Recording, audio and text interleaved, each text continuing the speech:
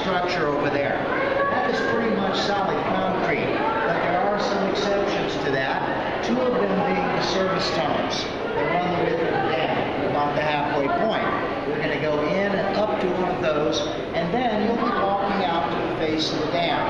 There are 4 air vents on the face of the dam. You want to notice those. Look a little bit like crests. They're actually Hoover air vents. So you'll be looking out at that upper left air vent for about a half an hour, taking some photographs and what have you. We'll go to a couple of other interesting spots while we're in there. You'll be in there with me about 30 minutes. When the tour is over, about an hour from now, we're going to exit the tour on top of the dam over here. That tower right there happens to be an elevator, and that's where you're going to leave, right there.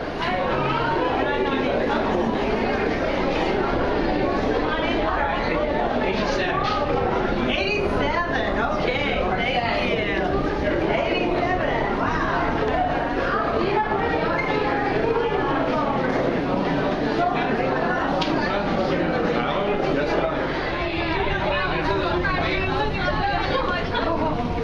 Oh, thank you.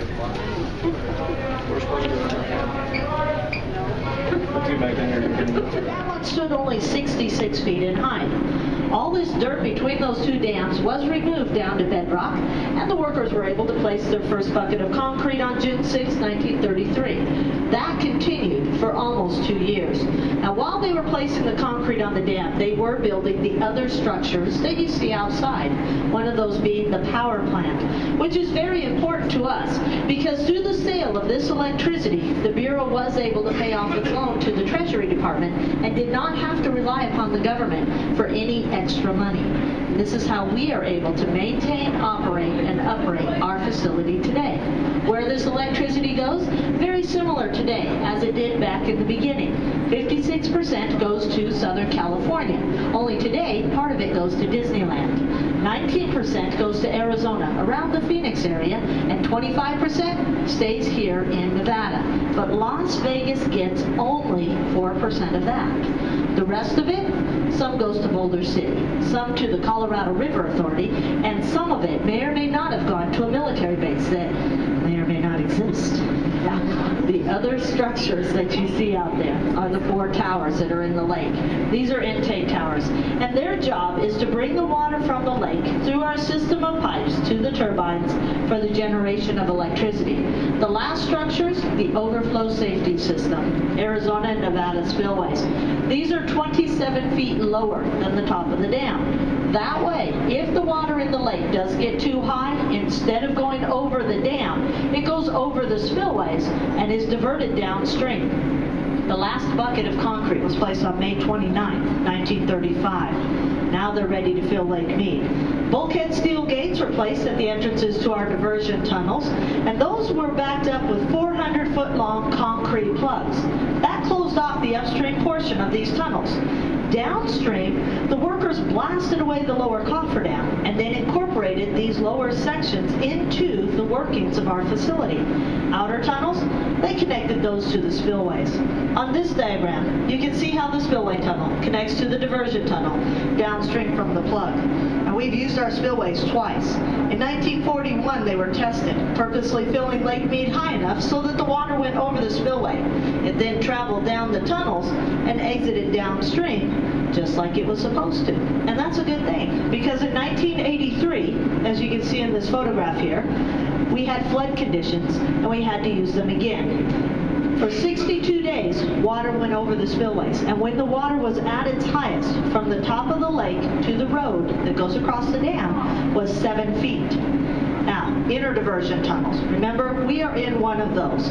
These 2 right here are where workers place 2 of our 4 penstocks. A penstock is a pipe that takes water to the turbines. If you want to know what one looks like, take a look out the window here. See that big black pipe? That's 30 feet in diameter. It's made with 2 3/4 inch boilerplate steel. And it handles a volume of water of up to 96,000 gallons per second. That is enough to fill an Olympic-sized swimming pool in under 7 seconds. Now, how our facility works. The intake towers bring the water from Lake Mead into these 30-foot in diameter penstocks. That takes the water to 13-foot in diameter penstocks that take the water to the turbines at the lower section of the generators. Attached to the turbines are steel shafts that go to the upper section where the rotors are. Water spins the turbine, spinning the shaft, spinning the rotor. Electricity is generated. The water then exits into our tail race, continues on downstream to its next destination.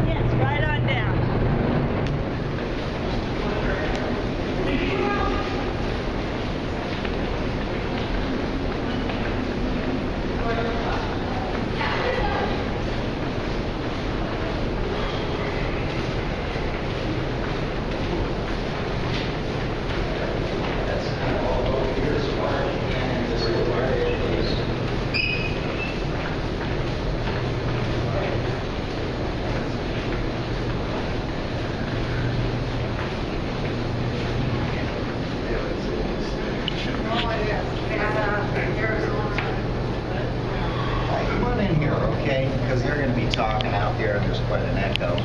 Now, let me just go ahead and orient you here somewhat. We just walked into the center of the dam, 200 feet up this elaborate hallway right here. The lake is behind that wall right there, about 250 feet. Where we're standing, somewhat near the bottom of the lake. Now, with very, very few exceptions, this is pretty much solid concrete that we're in the middle of right now. 6.6 million tons of concrete surrounding us. In fact, up until they started to pour this concrete here at Hoover Dam in 1933, this right here happens to be the largest single mass of concrete poured in one place in the history of the world. Let's give you a comparison. There's actually as much mass in this dam as there is in the largest pyramid in Egypt, but we're bigger than that by 10%, so quite a monolith. Now, the exceptions to it being solid, I mentioned a couple of them up there.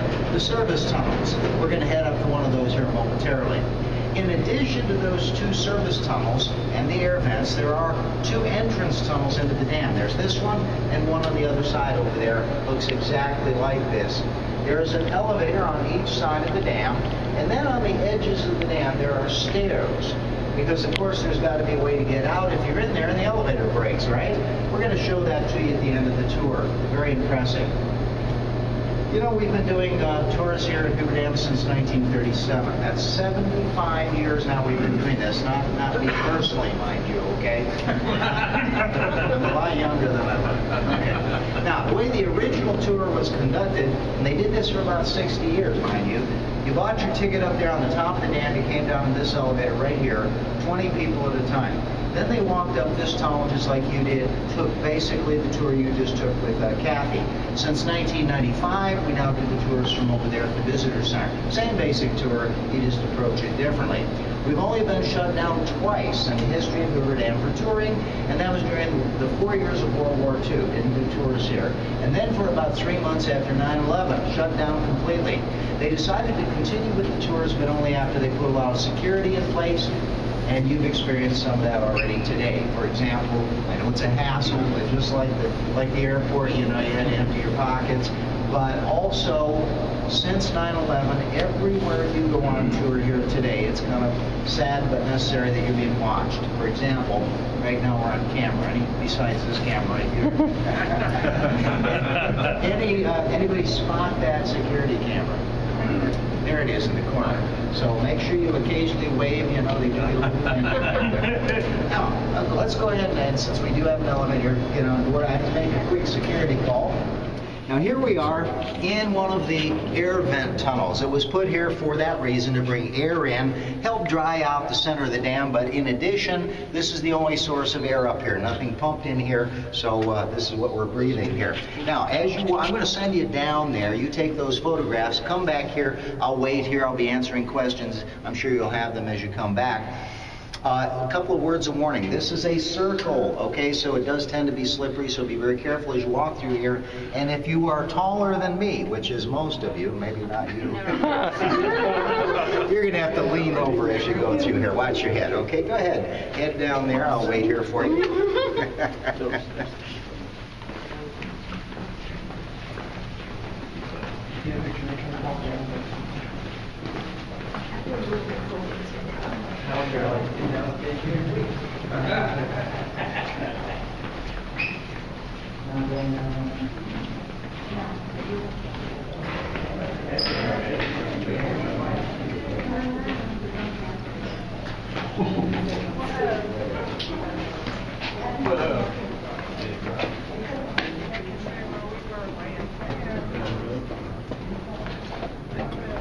Just let them take their pictures.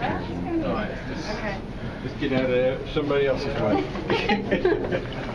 Guys, there's not much down here to move around, is there?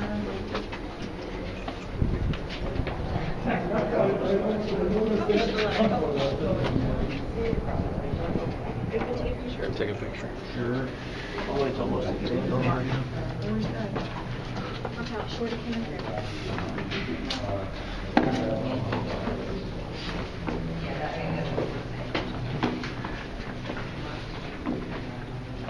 Oh my God.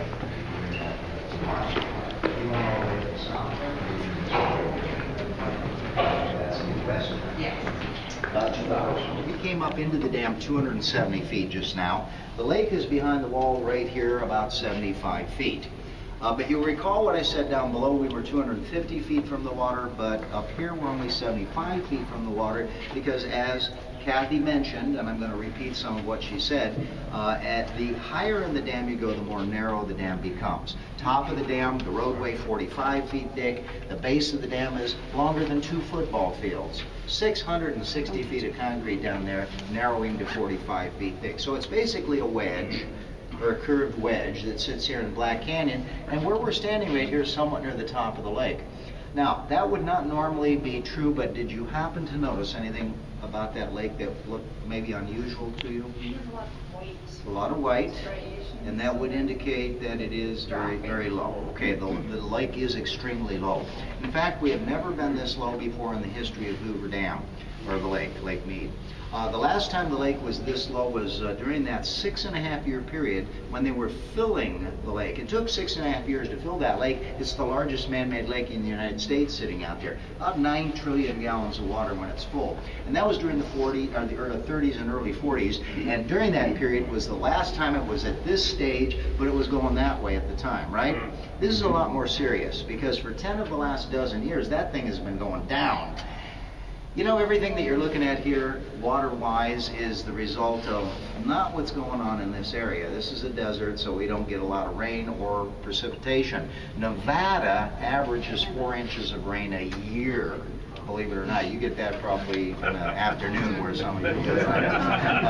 Well, here, not so much. Well, so what's going on here is what's going on in the Rocky Mountains. That's 700 miles from here. If it snows up there, it'll eventually melt, comes down here, and from here, the water will eventually empty into the Gulf of California, country of Mexico. We're at about the halfway point right here on the river. Well, for 10 of the last dozen years, that snowpack up there has been less than normal. So what that means is we haven't been able to add anything to our reserves out here because we have to continually send water downriver to the folks that need it down there. And the folks that I'm talking about are farmers. Most of this water is going to grow stuff. About a third of this goes to Southern California, where they grow a lot in the Imperial Valley down there near San Diego.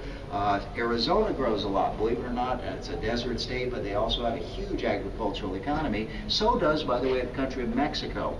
By international agreement, the country of Mexico gets about 1.5 million acre feet of this water. They're at the end of the river. They have their allocated share, their rightful share. So everybody gets their share, and the only way we could do that is go to the bank out here, take down a little bit more of our reserves. So it's just operating the way it was designed, right? Kind of like a bank account when you think about it. It's there for when you need it. Little footnote to what I just said. The lake is actually up about 50 feet from where it was last summer. Why? The snowpack last winter was 200% of normal in the Rockies. So we brought it up 50 feet. However, this year, it's less than normal again, so they're telling us it's going to go down 25 feet. So it seems like it's 2 steps forward, 1 back around here, but at least we're a little ahead of the game from last year. Anyway, there's still a lot of water out there. There's still about 4 trillion gallons of water in that reservoir, and that water, of course, is exerting water pressure on the face of the dam. There's about 300 psi out there at the bottom of the dam. That means that down there, for every square inch of that concrete, there's 300 pounds of water pressure. Tremendous amount of water pressure. So that water is actually finding its way through the cracks of the surrounding canyon because of that water pressure. Now, as you walk through the tunnels with Kathy, did you notice any of that going on down there? Yeah. You know, we've got about 8 miles of tunnels here at Hoover Dam, and in that 8 miles of tunnels, thousands of gallons of water seep every minute. So they decided to go with that by putting all these troughs in. You might have noticed those down there. And they collect that seepage, send it out there to the river so it's not wasted. Basically just another way of getting the water from there to there. The only difference is we're not running this water through those generators. And you know, they added those generators here for one reason and one reason only. It's not our main function. Our main function is managing the water. But they added the generators to kind of help pay the bills around here. So that's why you didn't see all the generators operating. Because they don't need the water downriver. That's what dictates how many generators are operating here at Hoover Dam. Water needs, not electrical needs. Now, that is one way they collect the water coming through those 8 miles of tunnels, but there's a very, very important second way, and that has to do with where we're going next. It's the water coming around the edges of the dam, because you know Hoover Dam isn't really attached to the canyon. It's just setting here. This is what is called a concrete arch gravity dam. That's the type of dam it is, concrete arch gravity. And the 2 parts of that name are the gravity, that's that 6 million tons of concrete holding this thing, but the very important second part of that name is the arch. That's the curve of the dam. Basically what they did way back when is they notched out the canyon on each side about 75 feet into the canyon wall, and then they proceeded to pour the dam into those notches. So this dam is being held in place somewhat by the water pressure behind us. So where we're going to go next is called the seepage gallery. We're going over here to the Nevada edge of the dam where the dam meets the canyon wall, and this is where they're collecting that seepage. However, the lake is down so far today, we can't actually show you the seepage, but you can certainly hear it. It's very audible. It sounds almost like a Niagara Falls down there. So listen for that when you get down here. And this is also where that impressive staircase is that I mentioned to you down below. You know, we are now, let's see, 77 years old. This dam is an aging dam. 77 years this thing has been here. So it's not unusual that elevators break down. So if that indeed should happen while we're up here, this is going to be the way out. 717 stair steps, by the way. A mini Niagara Falls going on there.